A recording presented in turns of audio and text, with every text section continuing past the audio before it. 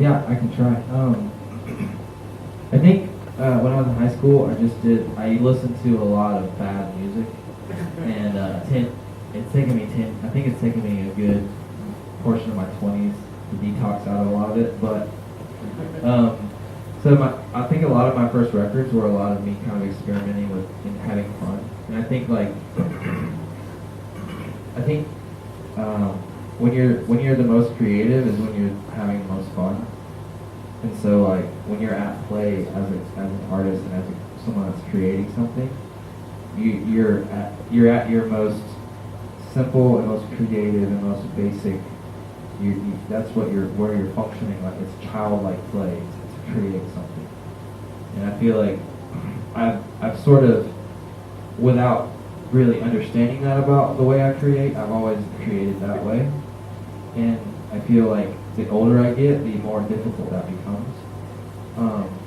And so you kind of have to sort of recalibrate yourself, or like continue to remind yourself, okay, like I should be at play right now. I should be having fun. Like this isn't a job. No one's making me write this song. Like these are things. This is something, and it's counterintuitive because as someone that's pursuing a career in music, it is my job to create. But the paradox is, the less that you're focusing on the work and the more at play you are, the more productive you'll be, because you're going to have the freedom and sort of like the fun.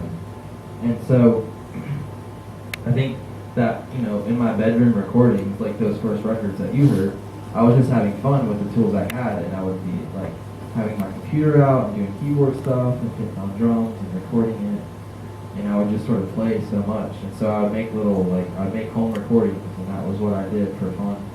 But at a certain point, I had to realize that I couldn't really perform that live. So there was an element that I was missing, because I would have a lot of fun making music at home in my bedroom, and then I would never play shows. So there's this like huge hole in part of it. So then I started picking up acoustic guitar and started sort of trying to craft something that I could reproduce live in some way and still make it have integrity on the recording. So that kind of evolved, and then this last record, I came to the knowledge that the medium of creating a record, that's an art form, and the medium of performing a record, that's an art form, and they're two different ones. And so what you might do on a record that might work for people when they're driving in their car and they're alone and they're listening to it and they're enjoying themselves and it's a cool record. Well, you take that into a room with 100 people and everybody's a little bit buzzed and people are having fun, there's lights, and there's that song that was awesome in the car. If you play it the exact same way, with if you don't tailor make that experience, if you're just photocopying something, it's probably not. It might not translate as much or as well. It might be perfect, and you might not have to do anything to it. But so I think a lot of my recordings and stuff, and kind of the evolution, that was sort of like some of those realizations. And the next record that I create, which I'm about to start writing for, I feel like there's a lesson that I learned on the last record, and when I go back to the drawing board and I start writing for the next record, I feel like I'm going to sort of write with that in mind, like the synthesis of like taking the recorded art form and taking the live performance art form and sort of trying to pull it together a little bit and make something that's both something that's creative as an art form, as recorded media, and something that kind of feels good in a live setting or something. Does that make any sense? I don't know if that answers your question.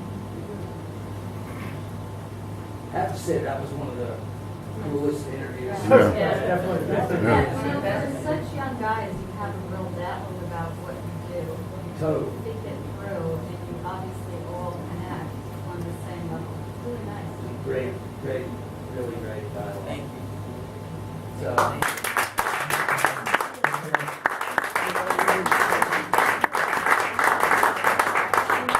It's a wrap, man. All right. Go ahead and cut those. Yeah.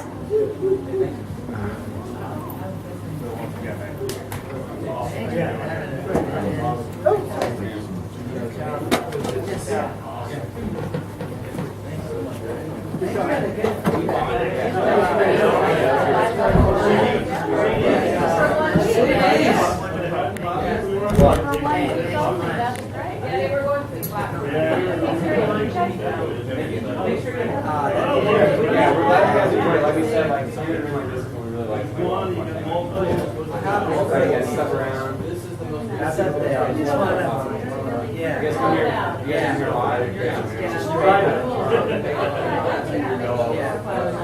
There's lots of good music. It's really cool. This is a really special thing. We don't have this in we need to just it's awesome, man. Like to be on have something on like like that.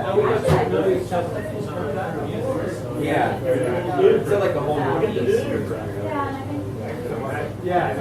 Oh yeah, the YouTube stuff. And it's cool because you get two acts and they're completely different. Yeah. We were nervous, man. You know, like They're adorable. Oh, aren't they? So intelligent. Really? I was very impressed. I was very impressed. You have my mango sauce. We've only known each other for a week. It was the first day of this. Yes, man. The jalapenos were like serious. Last week, and the second grade. Yeah. Nice. It's called I love Rockin' Baja. Rockin' Baja. Rock and Baja. Real. Yes, we did. It was really good. That's why I made the taco with salsa. Yeah. Yeah.